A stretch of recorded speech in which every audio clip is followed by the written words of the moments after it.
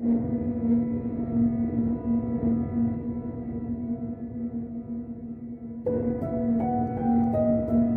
school.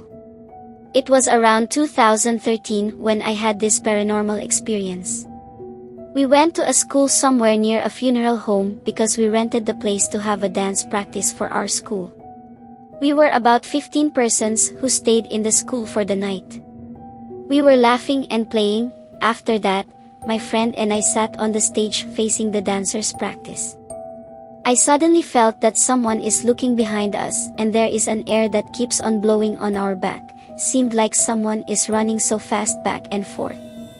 The choreographer immediately informed everyone to have a break and approached us.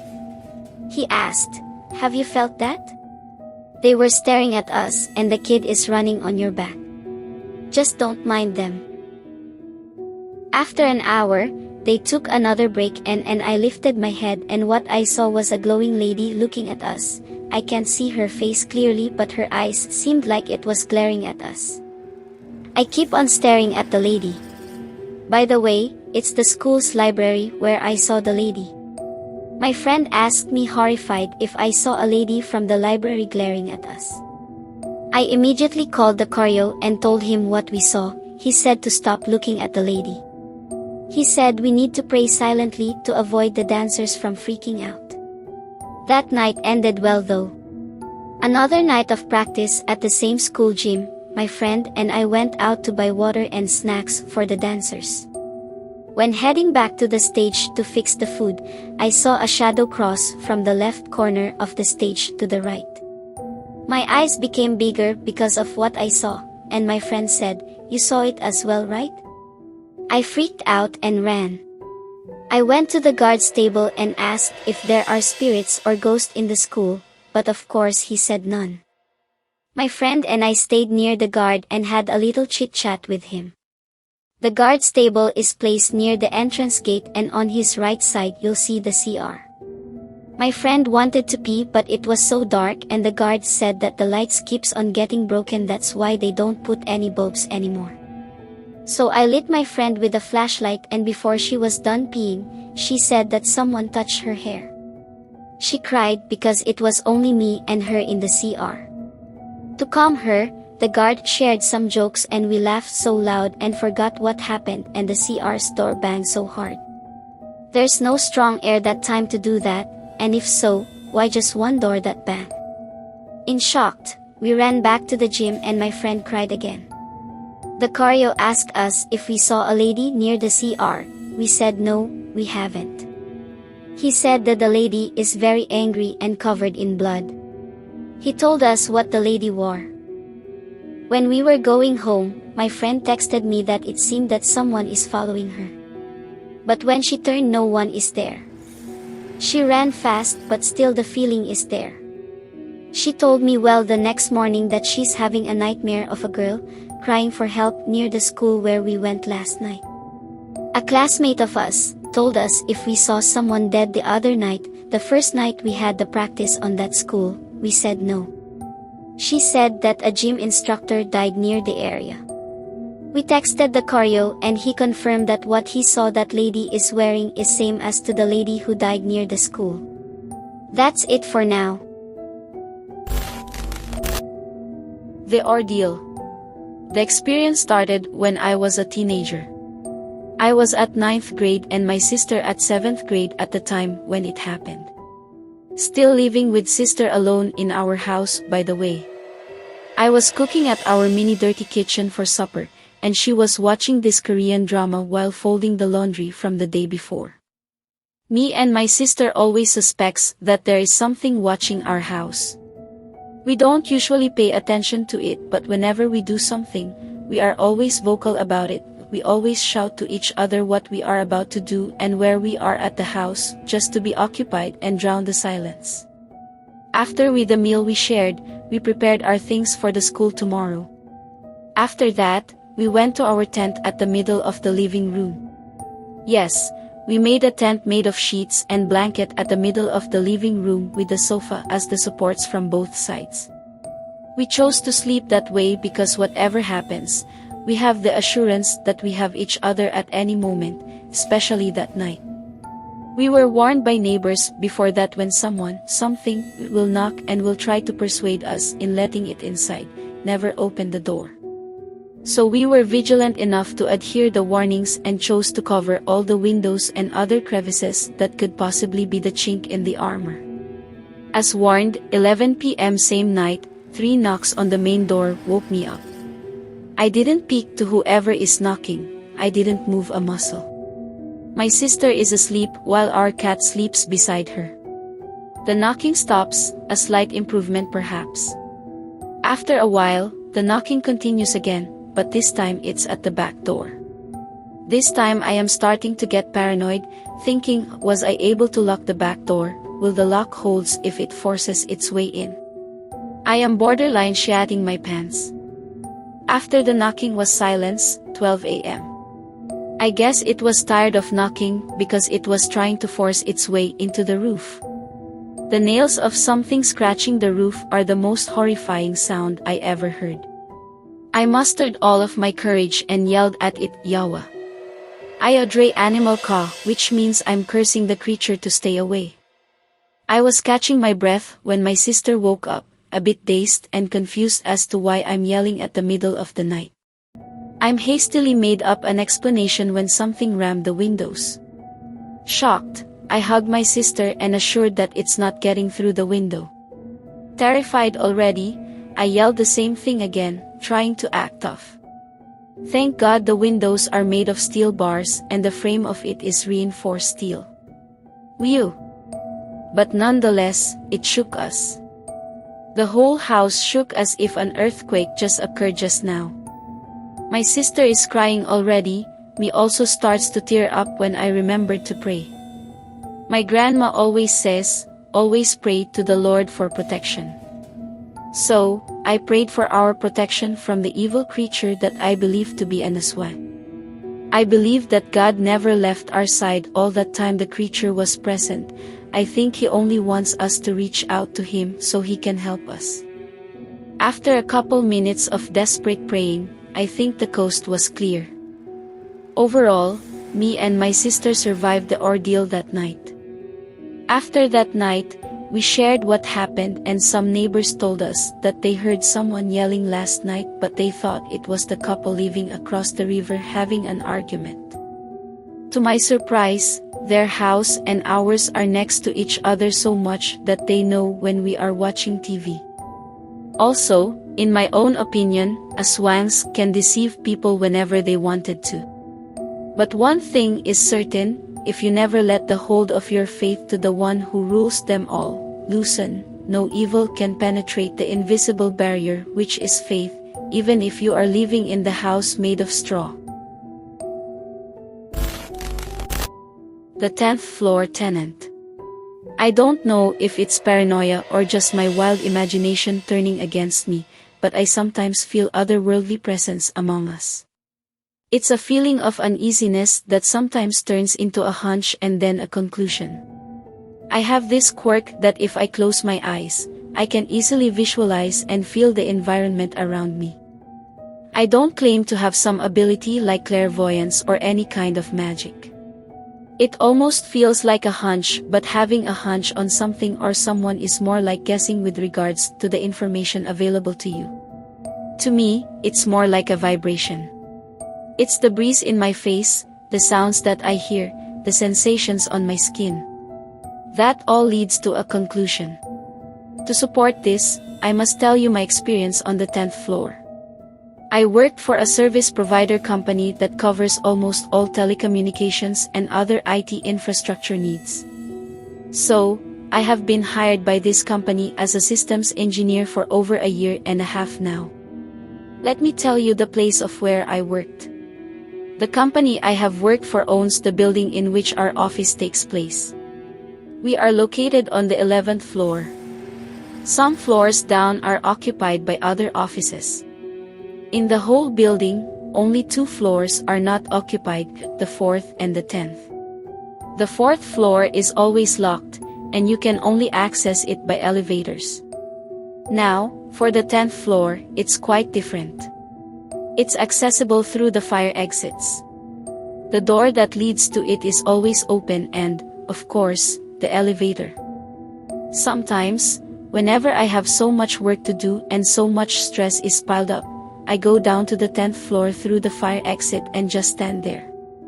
The 10th floor is quite a messy place. It's more like a storage than an actual office, but it's clean enough for me to hang out there.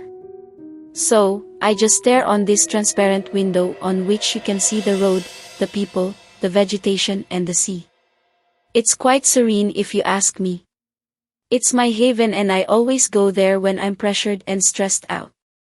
But every time I go there, there's this feeling of hot breeze on my face and static on my arms. I don't pay attention to it most of the time. Also, there is this pair of eyes always watching the back of my head. I can't see who owns it. But whenever I close my eyes, I can sense it lurking behind those locked doors. It doesn't mean no harm, but sure creeps me out sometimes. My work sometimes needs extra time to meet deadlines and that means late for home. I sometimes go home around 9 p.m. wherein I'm one of the few people who remains in the office. At these times, whenever I'm using the elevator, I'm always alone. One night, after a hectic schedule, I was ready to go home. I was alone in the elevator. I toggled the ground button, then waited for the elevator to go down. To my surprise, it stopped on the 10th floor. Now, to my knowledge, I'm the only one who wants to go hang out on that place. So, the elevator stopped, opened its doors, and yes, no one is there. But I know something is there. So, I pay my respect and said, "Come in, it's going down." After I said that, you know that shaking in the elevator whenever someone steps in, the elevator shakes and there's this breeze on my face that I can't explain. After the elevator reached the ground floor, I stepped out and looked back to see what is inside with me. But to my surprise, the 10th floor button is lit. I can see it through the reflection on the mirror. I just shrugged it off. Then the security guard called me and said, "Jubanan ka," which translates to, "It accompanied you." I just smiled and replied, "Ana manjad na siya," which means, "Yep, that's what it does." Dama Blanca and Laguna. I entitled this story in Spanish, which literally means, "White Lady in Laguna," to emphasize the girl's description. Before I start my story, I would like to reiterate a disclaimer. I have not experienced it firsthand, but most of my relatives did, so I guess I better share it here. I will use my relatives' initials so readers will not be confused. It happened in one of the municipalities of the province of Laguna in the Philippines. My mom's sister, with her family, lives there up until now. Every summer and Christmas vacation, my other cousins and I usually stay there to have fun, relax and bond with our relatives. I can no longer recall the exact year the incident happened, but I think I was between 9 to 12 years old back then. J, K, Jr., my cousins, G, my younger sister, and I were always together doing stuff. Sometimes we play outside, or indoors, or have some food trippings, or just chill and share ghost stories. As kids, for the sake of sharing, we tend to imagine things and create a story and just be persuasive enough so that others may feel that the story was real. So, I shared them about my made-up story about a white lady in our home. I made sure that it will look very real so they will be scared, thus, making my story believable. When it was Jay's turn, by the way, Jay and Junior were brothers, he told us about this certain lady, dressed in old Spanish-looking white camiseta, with hair tied in a perfect bun, with neck collar, but no one can see her face. Of course, I thought, just like me, Jay was just making up that story.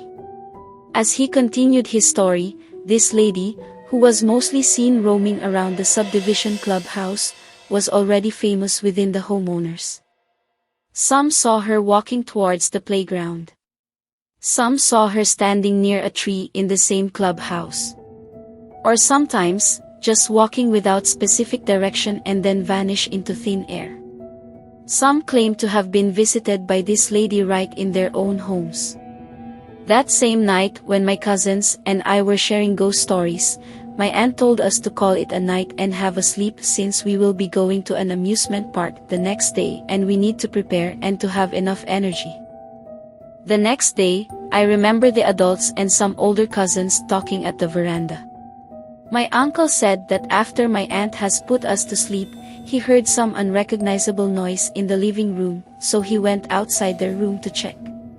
No one was there except a silhouette of a lady sitting near the dining room. Since uncle has a bad eyesight, he thought the lady was my older cousin. He shrugged it off and just told the lady to sleep. The odd thing was that Jayen just came home that morning because she slept in her best friend's house also in that subdivision. So, there's no way she will be in the house that night. Others may say, maybe my uncle was just imagining things since he has bad eyesight, and it's nighttime, with dim lights coming from the front yard. But no, after that incident, a group of young adults, college students doing their thesis, said that they actually saw a lady entering the house. They were actually scared for what they saw because of the infamous white lady. It was near the time when my uncle saw the silhouette. Another incident was when we were playing outside. We were so mischievous when we were young. We pressed the doorbells of the neighboring houses, then even before they opened the gate, we ran as fast as we could so the people of the house will not see us. One time, my younger sister pressed a doorbell of a big house. We ran as fast as we could, but my sister did not. We went back to her and told her to go and run so the owner of the house will not catch us. But she said that there's no need to run because the owner already saw us. She said that there's a lady voice from the inside who shouted at us. From what she heard, it said, "Hoy! Tigilan nyo na yan. Hey! Stop that." My cousin Junior peeked at the inside of the house, and he said that indeed there was a lady sitting in a chair, but he can't see the face. The lady seemed to be doing something in her clothes. We all then said our apologies to the lady. But, before we leave, a car stopped and a family of 4 alighted. They were the owners of the house. Junior told the guy who was the same age as him, that a lady shouted at us. Well, we thought that's their aunt or older cousin. But the guy said that no one was there. They all left to go to Batangas 2 days ago and they just came back. So, the question was, who was that lady who shouted at us? The lady that my cousin saw doing something in her clothes. I am trying to recall the other stories, but since I was very young that time, I already forgot them. All I know is that the white lady has come to the knowledge of the community priest, so I heard they made some rituals. Some houses were renovated. In fact, my aunt and uncle's house were also renovated. I haven't gone to Laguna for a long time now, so I am not sure if the infamous white lady still scares the place. From what I heard also, there's a story of a girl who went missing during the Spanish era. She was found later on a creek, the place where the clubhouse is located, dead. No one knew what exactly happened to her. There's also a story circulating that she was raped and killed. Or some said that she was actually an ilustrado, elite, based on the dress she was wearing, who fell in love with an Indio, poor, who betrayed her, and with that, she killed herself. Some also said that since she's an ilustrado, her family never approved of her relationship with an Indio, so she killed herself. Neither of the theories were proven. Whether she was killed or took her own self, no one will know. I will ask my cousins about this lady when we got together soon.